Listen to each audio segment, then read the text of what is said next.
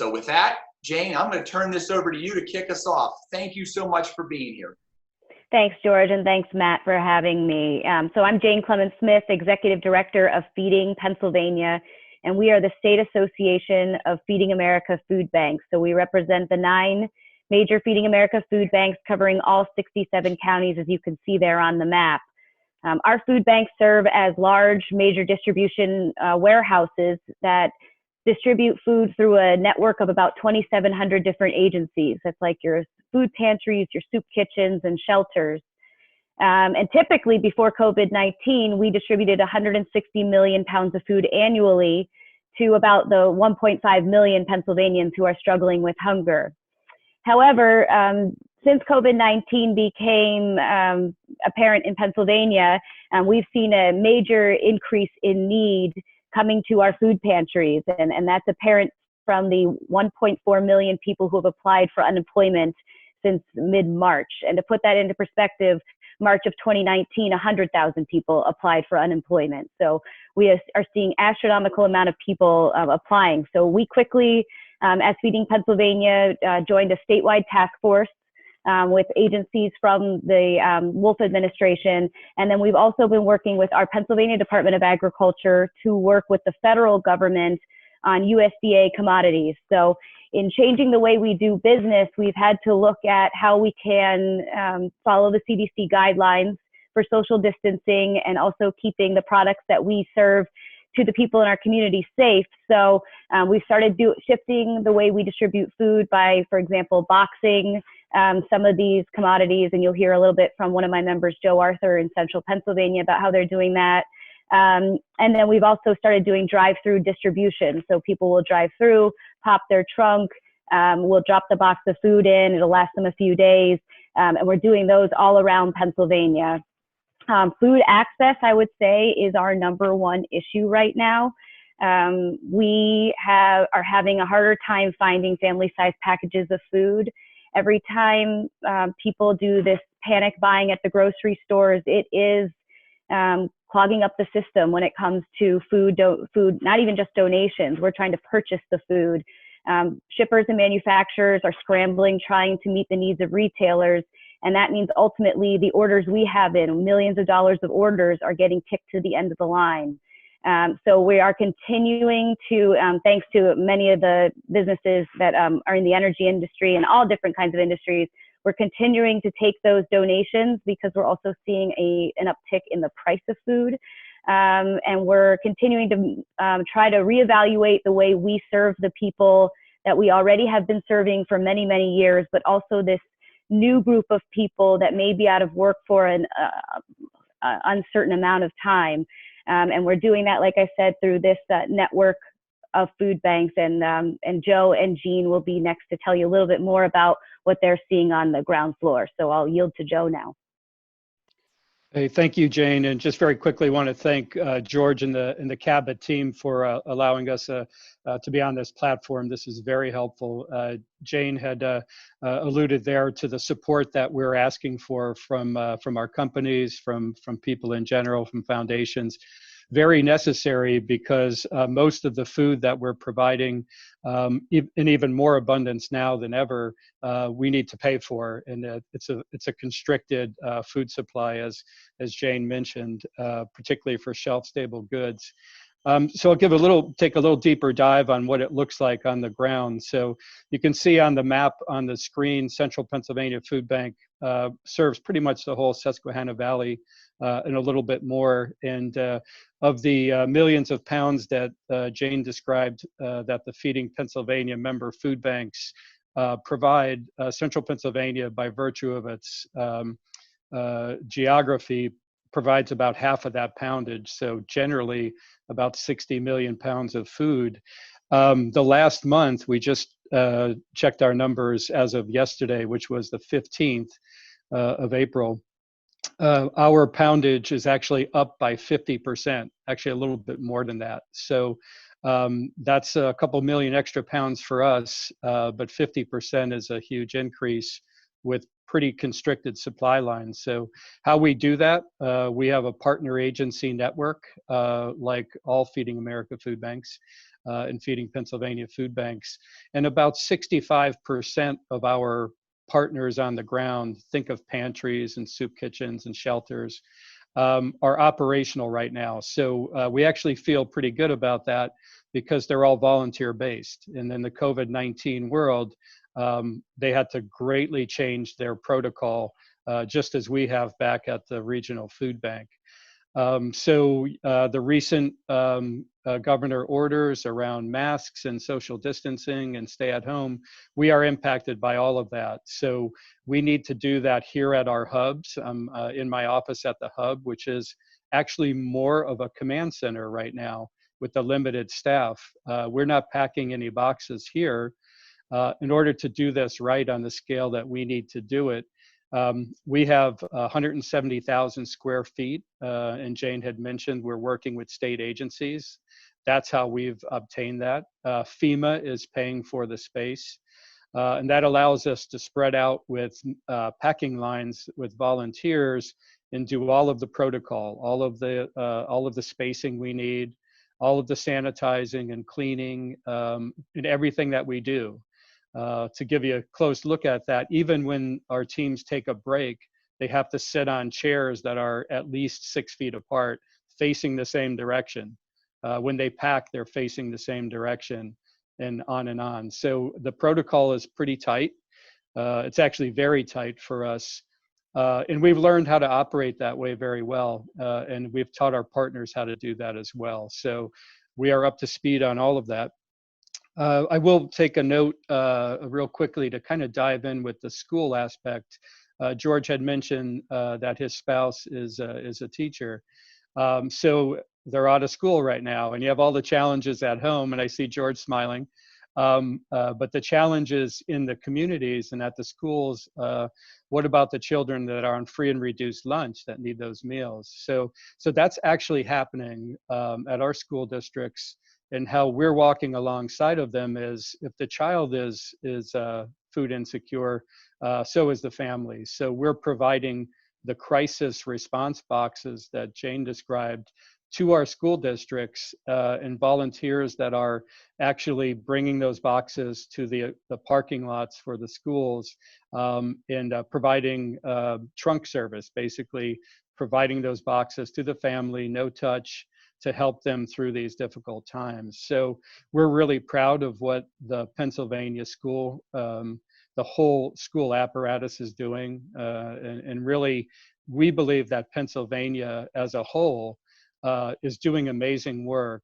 I personally am on a national council for Feeding America, and not all states have been as proactive and responsive as ours. So I want to give a shout out to the Wolf administration and really to our whole General Assembly for the amazing and quick work they've been doing, getting the national leadership to provide what Pennsylvania needs to be able to do a robust response. And we're leveraging that as we go. So I'll leave the remainder for Q&A. But again, challenging times, but just know that the Feeding Pennsylvania food banks and our food bank are there for people. And all of our information that you see on the screen is available to the general public. And our helplines are very, very busy and growing by the day. So we're proud of our work, but letting folks know that we're there to help them. So I'll turn it over to Gene at CEO Weinberg Food Bank. Thank you, and thank you to Cabot. Thanks to George Stark and all the people at Cabot who have been great partners. They're wonderful corporate citizens in Pennsylvania, and again, stepping up during what is an unprecedented situation that we're all experiencing. Many of the things that both Jane and Joe talked about, because we are a regional food bank, we do as well. So I wanted to focus on if in our area that we serve Susquehanna, Wyoming, Lackawanna, and Luzerne County, and you would see up on the screen our website, for people in our communities, and this would be similar to any food bank, they can go to that website and they can do a number of things. They can first, if they're in need, they can go and find the closest food pantry to them. It's GPS based, and that way they can get out and get food if that's needed. Secondly, they can volunteer. Once again, go to the website. They'll see a button to click to volunteer, which would entail helping us to do packing and so many of the things that we have to do. These the safe distancing kind of distributions we're doing and such all take and the wonderful efforts of people in Pennsylvania. And finally, for people interested in donating, they can go to the site and make a donation to help with this effort. So we've been very busy, and we continue to do that. I would also say, when it comes to food, that people should be aware they can also apply online at www.compass.state.pa.us for the SNAP benefits program that would be available. But for many of the citizens that we're dealing with, we're seeing people for the first time that are unemployed, waiting for a paycheck, waiting for the assistance they're going to get for the federal government, and they've never gone through this before. So this informational session, I think it's wonderful for people, hopefully, to find out how they can get help and how we're working together to get through this with all the food banks in Pennsylvania and with a lot of organizations that are there to guide people during these times. So I want to say that we have member organizations. We too work with school districts. We work with all of our member organizations. Our regional food bank is a building that distributes out to people in the community, or I'm sorry, organizations in the community. People don't come to that regional food bank. So we ship food to people. One of the latest things that we're doing through the American Dairy Association, who is giving us free milk, is we've started a process to give that milk. They're bringing tractor trailer loads that have about 10,000 half gallons of milk, and we're redistributing that to throughout our service territory. Just another way of trying to help people in need. So I would encourage people to get involved, and if you need help, to certainly reach out and to help. And I would also again thank Cabot for their putting this information session on to help so many people. Hi, I'm Cristine Clayton with Commonwealth Charitable Management. We manage charitable funds and grants on behalf of donors across Pennsylvania. We're a grant maker working with targeted recipients to ensure that the charitable grants that donors are making are having the valuable impact that they want. We use multiple vehicles to ensure that the donors are able to respond consistently and quickly to needs within their communities. We're working with individuals and companies that want to contribute to the greater good, whether that requires long-term planning with a fund or immediate relief during a crisis. We're able to provide that service. For example, one of our newest funds, the Susquehanna County Coronavirus Assistance Fund, is to address needs within the community, such as rent, utility, food assistance for individuals. We're also working with nonprofits in the area to administer a new fund that has an expanded focus that includes the needs of small businesses. In addition to managing the fund you'll see on the slide, we also manage school district foundations and a charitable granting process on behalf of corporations to help them target the areas where they want their assistance to go. We also administer the Educational Improvement Tax Credit Program. This allows us to make scholarships to students in preschool, kindergarten through 12th grade, and also grants directly to benefit public schools. We're the select vendor for EITC administration for the Pennsylvania Bankers Services Corporation. We've been working with a lot of banks throughout the state that want to help the school districts right now. During this time of great uncertainty, our staff has been working with those targeted districts to determine what type of assistance is most needed. Thanks to companies like Cabot Oil and Gas and many of our banks, they are providing assistance right now, from computers to software to internet accessibility in rural areas, all to help enable that mobile learning. We're lucky that our donors have been able to step in, and we're more than happy to help any EITC donor, guide them through the process so they can also help. I'm sure Josh has a better insight into what the needs are in a school district. I'll hand it over to Josh. Thanks so much for that beautiful segue, Cristine. And thanks everyone else. Thank you to my fellow panelists for the work that you're doing right now. If our students are hungry, I think it's safe to assume that they're going to be ineffective learners. So thank you to my fellow panelists, and thank you, George, for putting this on and helping spread awareness of some of the work that we're doing here. So my name is Josh Whiteside. I'm the executive director at an organization called the Education Partnership. Most of the viewers here, unless they're in our Southwestern PA service area, they're probably unaware of what we do. So let me take a second to address that. We are a surplus redistribution organization. Our mission is to provide school and classroom resources for teachers and students in under-resourced schools in Southwestern PA. What I mean by under-resourced schools is any school in our service area that has minimally a 70% student body that is eligible for the National School Lunch Program can apply to be part of our program and receive product from our organization that we procure nationwide. When you look at our 7-county service area in Southwestern PA, when I'm talking about only schools that meet that 70% or greater threshold of students enrolled in the National School Lunch Program, there's about 250 of them. Currently, the Education Partnership is partnered with 139 of those schools. So there's a lot of work still to be done, but right now the Education Partnership is able to put resources into the hands of about 4,500 teachers and through them about 55,000 students.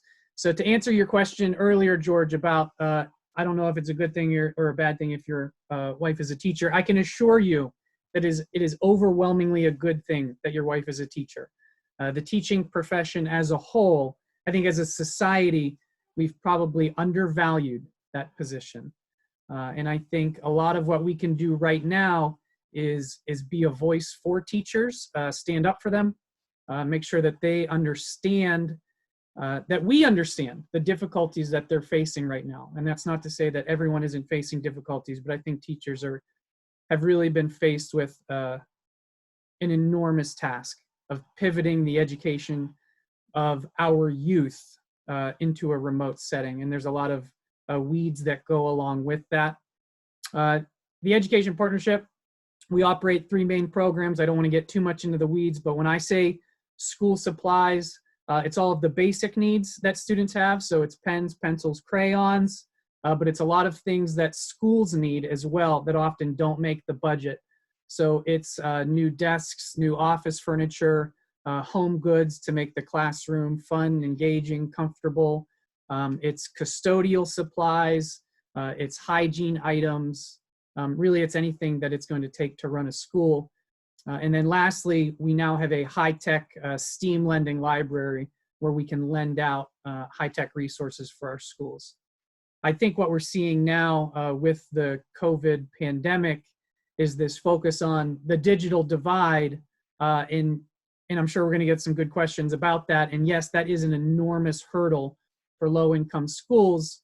But I think when you're talking about the population of primary school students, elementary school students, you know, I think the conversation still needs to be about those basic school supplies and not quite the iPads and the Chromebooks. So we're trying to address the issues from both sides of that spectrum.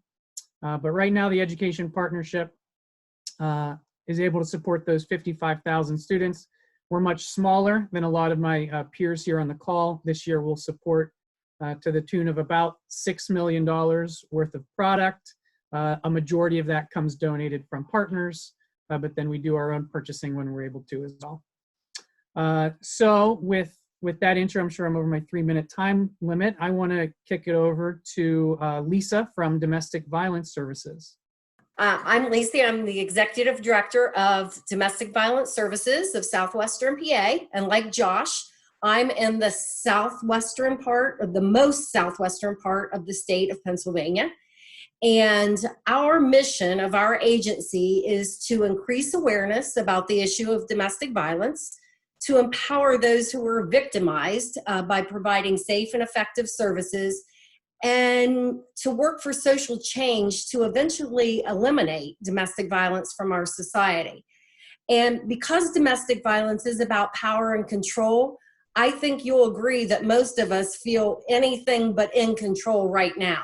So needless to say, this situation is no doubt increasing stressors in every household, even those of healthy relationships. So you can imagine what's going on behind the doors of homes that are domestic violence situations.